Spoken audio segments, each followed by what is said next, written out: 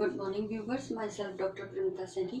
आज हम भी ये जो DLED सेकेंड ईयर है, इसके सेकेंड पेपर विद्यालय संस्कृति प्रबंधन और शिक्षक के अंतर्गत आज हम अनुसंधान के प्रकार पढ़ेंगे, जो इसकी यूनिट 7 है DLED सेकेंड ईयर की। तो इसकी स्टडी आज हम प्रकार की करते हैं। तो अनुसंधान के अंदर हम पूर्व की वीडियो में जैसा बताया गया, अनुसंधान में कोई एक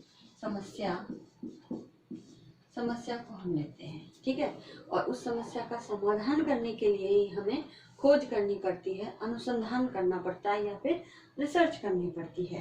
तो कोई भी समस्या का समाधान करने के लिए तो हम पहले समस्या को देखते हैं। तो समस्या के दो कारण होते हैं जिसके कारण समस्या उत्पन्न होती है। अब वो दो कारण क्या है?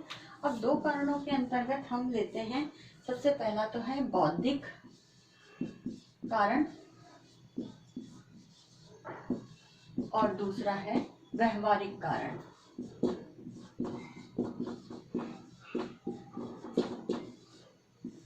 व्यवहारिक कारण, तो इन दो कारणों से ही हमारे जीवन में कोई ना कोई समस्या होती है और उन कारणों से ही हम उसका समाधान करने के लिए अग्रसर होते हैं। अब जो बौद्धिक कारण है, अब बौद्धिक कारण के क्यों उत्पन्न होता है? तो बौद्धिक कारण में हम ज्ञानार्जन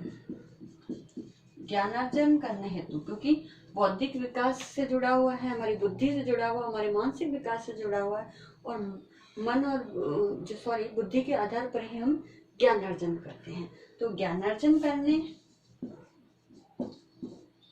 और ज्ञान अर्जन करने के लिए या फिर संतुष्टि, किसी न किसी चीज से ज्ञान के आधार पर संतुष्टि। अब संतुष्टि किस चीज की? जो हमारी जिज्ञासा हमारे मन में ज्ञान प्राप्ति के लिए उत्पन्न हुई है, तो उस जिज्ञासा की संतुष्टि के लिए हम क्या करते हैं? कुछ न किसी अनुसंधान करते हैं, किसी न किसी समस्या जो उत्पन्न हुई है उसका समाधान करने की कोशिश करते हैं। अब दूसरा जो है वह है व्यवहारिक कारण। अब व्यवहारिक कारण के मनुष्य की इच्छा है कि उसे खोज करनी है, तो मनुष्य की इच्छा कि उसे किसी न किसी चीज की खोज करनी है, मेरी रिक्वायरमेंट है साथ में, और इस इच्छा के अंदर वो कुछ नवीन जानकारी प्राप्त करना चाहता है, कुछ नवीन ज्ञान या जानकारी व्यक्ति प्राप्त करना चाहता है, तो इसके लिए वह अनुसंधान करेगा। ये उसका व्यवहारिक कारण है। या किसी कार्य को अच्छी तरह से कर सके, तो किसी कार्य को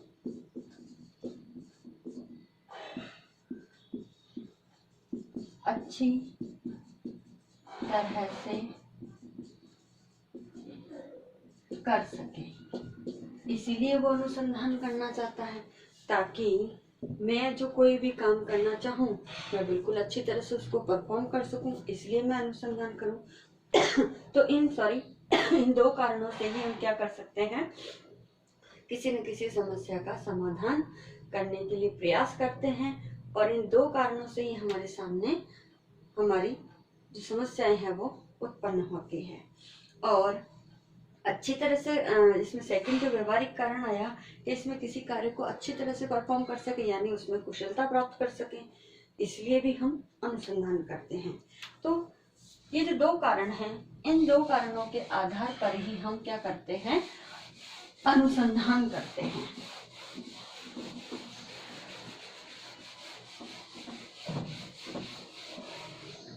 अब इन कारणों के आधार पर ही दो वर्गों में हम रिसर्च को रखते हैं। सबसे पहला तो आता है इसके अंदर, यहां मैं लिखती हूँ मूलभूत अनुसंधान।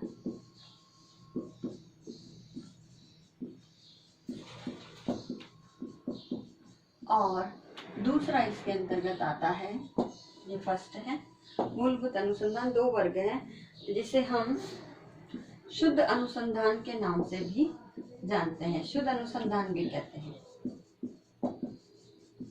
और जो सेकंड है वो है हमारा वहव्रत अनुसंधान।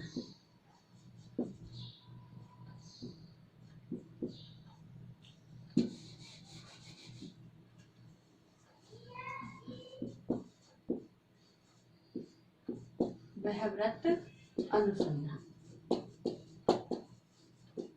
जिसे हम अप्लाइड, इंग्लिश में अप्लाइड रिसर्च भी कहते हैं इसको, ओरिजिनल रिसर्च या मूल शुद्ध प्योर रिसर्च भी कहते हैं। तो इसके अंदर अगर हम बात करें कि मौलिक अनुसंधान क्या है, तो मौलिक अनुसंधान में वैज्ञानिक नियमों को ये प्रतिपादित करती है, वैज्ञानिक नियमों का इसमें प्रतिपादन होता है, प्रतिपादन किया जाता है। ठीक है। दूसरा, इसमें जो अनुसंधान करता है, अनुसंधान करता प्रदत्तों के आधार पर, प्रदत्तों यानी जो डेटा इकट्ठा करता है, प्रदत्तों के आधार पर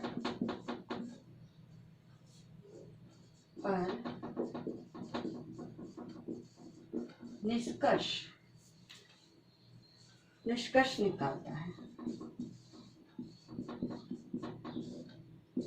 और तीसरा, वो तथ्यों के एकीकरण पर बल देता है, तथ्यों के एकीकरण पर बल। ठीक है। व्यवहारिक पक्ष पर नहीं, व्यवहारिक पक्ष पर नहीं, यानी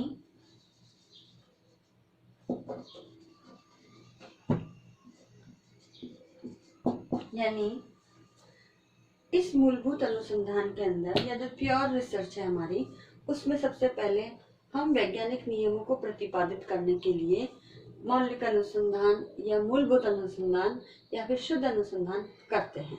ठीक है।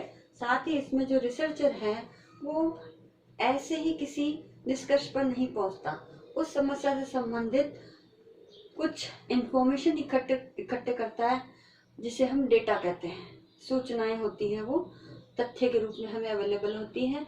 तो उन प्रदत्तों के आधार पर फिर वो निष्कर्ष निकालता है, और निष्कर्ष निकालने के साथ साथ जो भी फैक्ट वो उस समस्या से संबंधित पाता है उसके एकीकरण करके ही वो निष्कर्षों पर पहुंचता है। तो इसके अंदर तथ्यों के एकीकरण पर बल दिया जाता है, न कि समस्या के व्यवहारिक पक्ष पर, क्योंकि ये उसका दूसरा फील्ड है अप्लाइड रिसर्च में। और इसमें जो समस्या से संबंधित है, ठीक है, जो हम प्रॉब्लम लेते हैं उस समस्या से संबंधित हम जिनका हल या समाधान निकालना है ये समस्या से संबंधित है, और समस्या से संबंधित जिसका व्यवहार में हमें वो चीज दिखाई दे रही है, जिसका हमें समाधान करना है, उससे संबंधित है। तो इस प्रकार इस 2 वर्गों में हम शोध के 2 वर्ग लेते हैं, जिसके अंदर हम इस प्रकार से हम रिसर्च करते हैं। अब आते हैं अनुसंधान के प्रकार।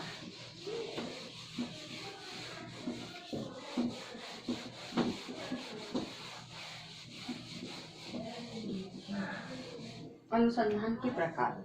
अब अनुसंधान के प्रकार को बेसिकली 3 तरह के प्रकार हैं इसके।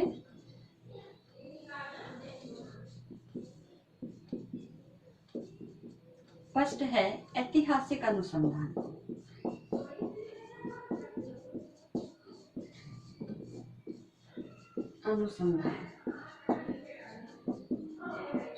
ठीक है। दूसरा है वर्णनात्मक अनुसंधान। वर्णनात्मक अनुसंधान है ना, इसमें सर्वेक्षण आदि कार्य किए जाते हैं। सर्वे के आधार पर हम सूचनाएं एकत्रित करते हैं और उसके द्वारा किसी समस्या का समाधान किया जाता है। और तीसरा है प्रयोगात्मक अनुसंधान।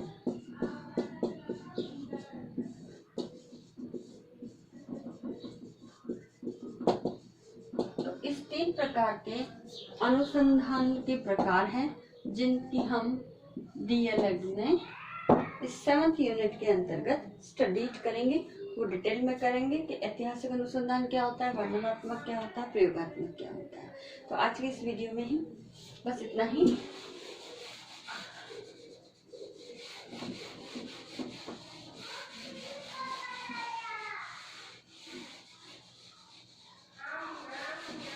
अब आज का जो असाइनमेंट आपको दिया जाता है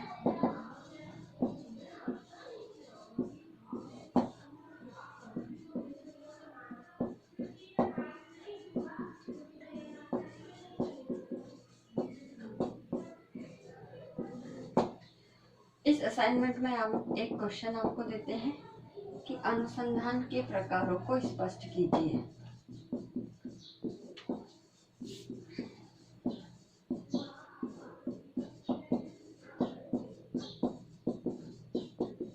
स्पष्ट कीजिए,